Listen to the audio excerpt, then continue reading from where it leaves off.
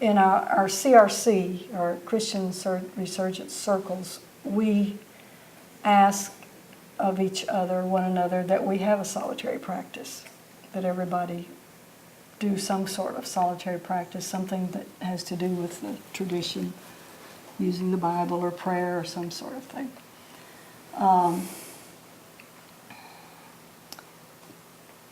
Jean and I have an agreement that every morning from 5 to about 7:30, we do not talk to each other, basically. I stay back in my office or the bedroom area, and he comes either in the living room or his office, and we have our solitary time. And he can talk about what he does. But I meditate, pray. Right now I'm doing the Ignatian retreat processes, journal, and read. I'm reading Thomas Merton's journals, which just are great for me, and I always have a stack of books and reading from. I'm also reading a book on forgiveness for the second time, because that's a big issue for me. I'm not a very good forgiver. But when you were talking about prayer as freedom, I had a little disagreement with that. To me, I guess prayer is, I know in the order they talked about meditation more as having your meditative counsel, and contemplation was what we talk about now more as meditation. To me, meditation is a kind of prayer. It's the Buddhist kind of meditation or contemplation. The beingness, getting in touch with your being and opening yourself to the wholeness of reality and the spiritual dimension. And prayer, I love the confession, gratitude, petition, and intercession things. Sometimes I use those self-consciously, sometimes I just pray. A lot of my praying I do in my journal.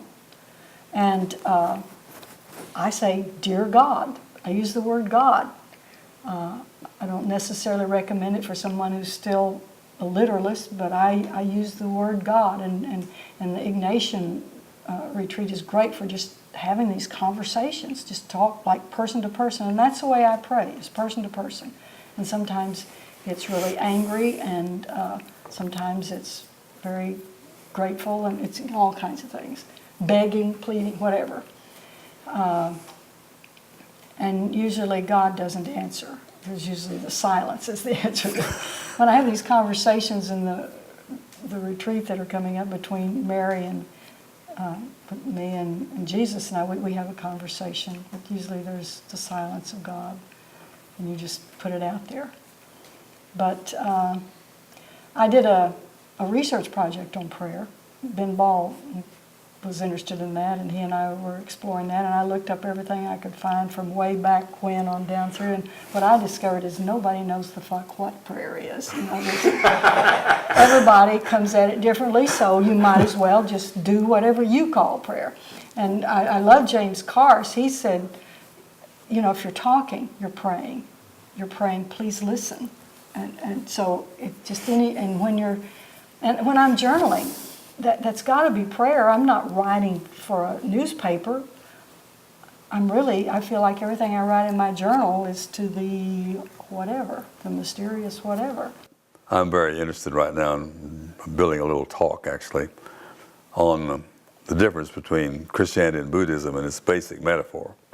And the basic metaphor of Christianity and Judaism is I-thou, or intimacy. Intimacy in the sense that not only am I relating to you as a thou, but you are an I relating back to me as a thou. And to be aware of this I, thou nature of an interpersonal relationship between awake people is the basic metaphor of Christianity and Judaism. And so we have a kind of a we experience in the human-to-human intimacy.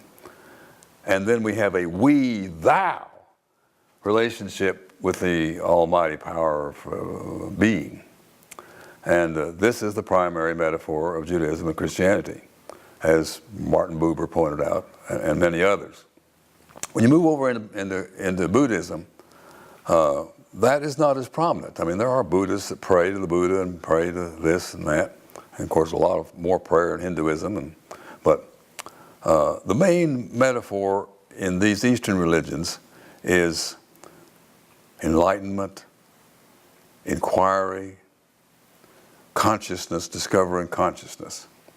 So you're focused interiorly. You're not focused on intimacy. You're focused on the subjective, learning to be objective about its own subjectivity. The subject and the object are the same thing, because the object of your contemplation is the subject doing the observing. So the observing and the subject and the object are all one thing. And in doing so, you are also observing being as a whole, of which you are an inseparable part. So there's a kind of experience of oneness. It occurs in Hinduism as the Atman being the great self, and the Brahman being the finalness of being. But the key experience in Hindu philosophy is that the Atman and the Brahman are one. That I am. Now that's an entirely different metaphor. But you step back, it's just a metaphor. It's just another way of letting your fragile mind imagine the unfathomability of spirit. So you have this mind of spirit discovery and this mind of spirit discovery, and they're neither one better than the other, they're neither one more limited than the other, they're just simply different. And yet if you experiment in doing them both, you find that they're both after the same essential quality of being a human being. And so your solitary offices are methods to help you do that. And I think each person has to kind of work that on their own. My experience with solitary time is a very fancy form of journaling, mostly, which is built into by meditative reading. I do some meditation. I do some praying, in effect. My prayers sort of drift off into list making, but that's a kind of prayer. I mean, this is what I'm going to do this week, and get it written down so I don't forget I've done it, decided to do it. But the key thing is inquiring into what's so, and I've had a lot of help from A.H. Almaas. I'm rereading my Almaas stuff, and I'm reading for the first time stuff by a Buddhist teacher, Bachelor. I'm reading now a book, Living with the Devil. This overlaps with Almaas, because both of them are very clear that the devil is your own personality. It's your habits that you've built up since infancy, and your who you think you are habit, which we usually call ego. This thing you have designed yourself to believe is you, which is not you because you've designed it. And the real you is something beyond your designing. The real you is much more fabulous and overwhelmingly mysterious than the you think you are. So the devil is who you think you are, and this pattern of habits that you've built up since childhood. This is the tempter that's constantly going to tempt you into being less than you are. So living with the devil means you're never going to get out of this predicament, because having a personality is absolutely essential for adulthood. Having some picture of yourself is useful, but it's not who you are. And so if you're not able to have detachment from your habits and your self-image, you are not even close to being a spiritual person. You have to be willing to open up from that and let reality bigger than your habits, bigger than your self-image in. And then, if, as need be, recreate your habits and recreate your self-image. Realize that what you're creating is just your own little fragile creation, that who you really are and who life really is unfathomable. You are no closer to it than you ever were.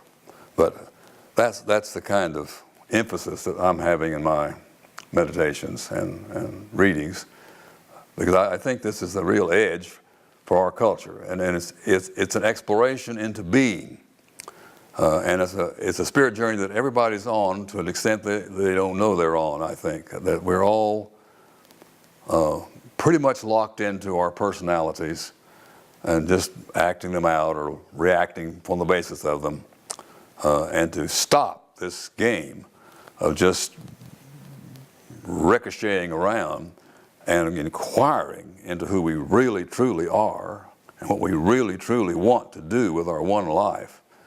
This is an interruption that too few people in our culture are willing to stand, because it's scary. It means experiencing a void. The void of who I think I was isn't who I is. The void of I'm not just a shy person. I'm just a bunch of shy habits. I'm not just a person who flies off the handle. I'm a person who has habituated to fly off the handle, and whatever your patterns are. Anyway, that's been a very valuable description, I think, of where I am in my spiritual practice at the moment.